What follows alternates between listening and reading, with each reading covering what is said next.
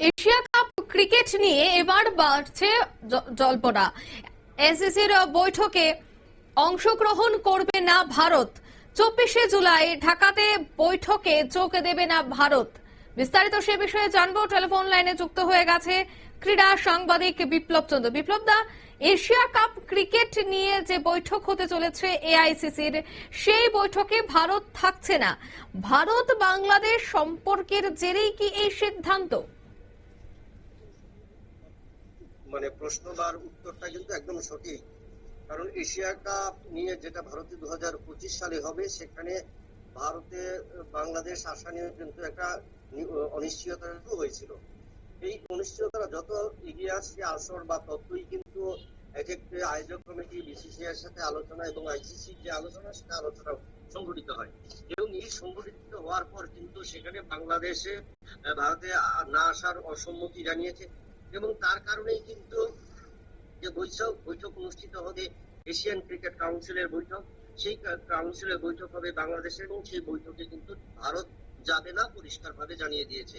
কারণ ভারতের সাথে বাংলাদেশের যে সম্পর্ক ছিল, ভারতের সাথে বাংলাদেশের যে মৈত্রী ছিল, সেই জায়গাটায় কিন্তু দেখলাম যে ইউনূস সরকার যখন প্রতিষ্ঠিত হয়েছে, তারপর কিন্তু একে একে সেই জায়গাটা আরো বিশদ আকার ধারণ করেছে। এবং তার কারণেই কিন্তু এরকম সিদ্ধান্ত। এবং সেই ক্ষেত্রে বাংলাদেশ যদি ভারতে না আসে, সেই ক্ষেত্রে এশিয়ান ক্রিকেট কাউন্সিলের যে বৈঠক, সেই বৈঠকেও ভারত যাবে না। এবং তাতেই কিন্তু অনিশ্চয়তা তৈরি হয়েছে। কারণ যেখানে ভারতে অনুষ্ঠিত হবে আসর, সেই জায়গায় বাংলাদেশ যাবে না এই বৈঠকে, এবং সেই বৈঠকে না গেলেই কিন্তু একটা বিসিসিআই এর তরফ থেকে সেটা জানানো হয়েছে। এবং সেই ক্ষেত্রে আগামী দিনে এই দ্বিপাক্ষিক বৈঠক, এখানে বিসিসিআই, এশিয়ান ক্রিকেট কাউন্সিল এবং আইসিসি, ইন্টারন্যাশনাল ক্রিকেট কাউন্সিল, তাদের মধ্যে দ্বিপাক্ষিক একটা আলোচনা হওয়ার সম্ভাবনা তৈরি হয়েছে।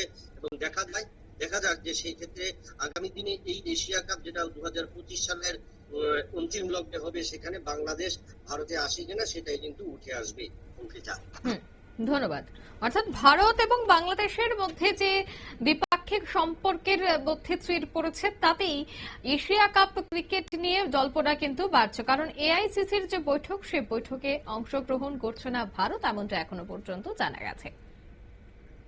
এই মুহূর্তের সংবাদ এই পর্যন্ত। আমাদের পরবর্তী নিউজ এবং আপডেট দেখার জন্য অবশ্যই চোখ রাখবেন শুধুমাত্র নিউজ ভ্যানগার্ডের পর্দায়। খবরের ভাষায় মানুষের প্রতিবাদ, মানুষের ভাষায় নিউজ ভ্যানগার্ড। ধন্যবাদ।